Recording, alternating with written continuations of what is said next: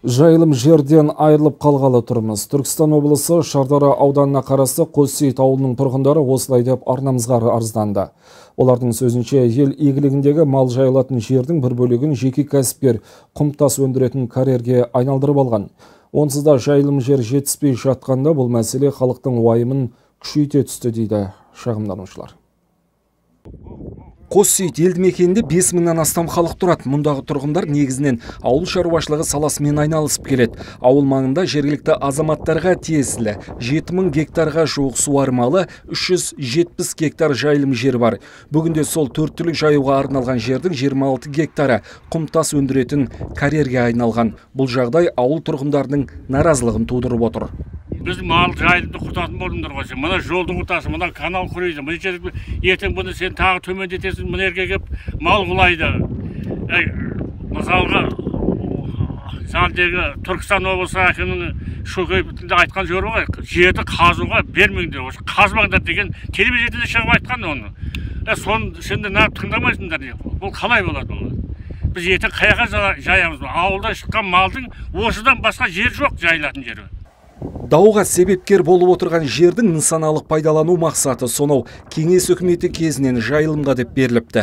Бақытжан Бекетов есімді азамат сол аумақтың бір бөлігінен 2021 жылдан бастап құмтас өндіруді бастаған. Алайда жергілікті билік өкілдері кәсіпкерге жайылым жерден құмтас қазуға ешқандай рұқсат берілмегенін айтады. Осы белгісіз бір кісілер келіп, ол жерден біз карьера ашып жатырмыз, ол жерден біз зерттеп жатырмыз деп топырағын алып, ол жерде өсіп тұрған қандай нелер бар, тораңғыл ағаштары бар, сексеуіл емес, бізде жалпы қоян сүйек, тораңғыл сондай ағаштар өседі. Сол ағаштардың бәрін қиратып, жойып, топырақты алған азаматтарға біз ауылдың азаматтары шығып, бұл жерді кім алып жатыр? Бұндай үлкен ауыр жүк көлігімен біз зерттеп жатырмыз. Зерттесіңдер, азар қалып зерттемейсіңдер ме? Бұл қандай жағдай деп, сондай нәрсемен халық көтеріліп, осындай нәрсені айтып отыр бізде. Бұл жер берілмеген, бұл жерде ешкім, еш кісінің біз көрген жоқпыз құжаттарын, шешім беріп, осы жерді ал деп, босатысы қолында бар ма жоқ, оны білмейміз. Өйткені жайылым жерге босатыны ешкім бере алмайды. Өйткені бұл бұрында да берілмеген. Ал Бекетов мырза өз ісіне қарсы шыққандарға Қазақстан Республикасы индустрия және инфрақұрылымдық даму министрлігінен рұқсат алғанын айтып, бір жапырақ қағаз көрсетеді екен. Оның мазмұнында қатты пайдалы қазбаларды барлау жұмыстарына деген мәтін жазылған.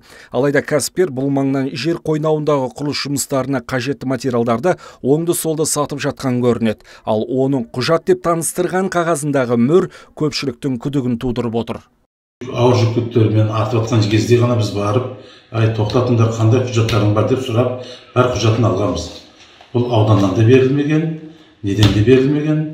Ауыл округі өйткені бұл ауданның арнайы жер орнында тұрған жерлер Қоссейіт ауылына қарасты.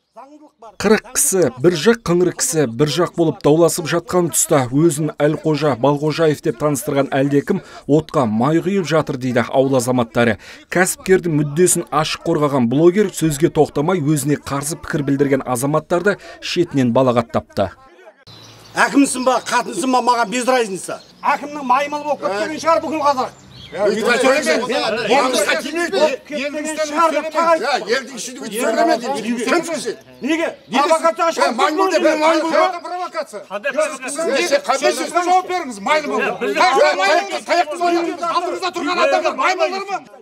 Өзін блогермін деп таныстырған азаматтың қылығы жығылғанға жұдырық болды дейді шағымданушылар. Ауыл тұрғындары мәселенің оңды шешілуіне кедергі жасап, көпшілікті балағаттаған азамат жауапқа тартылса екен дейді.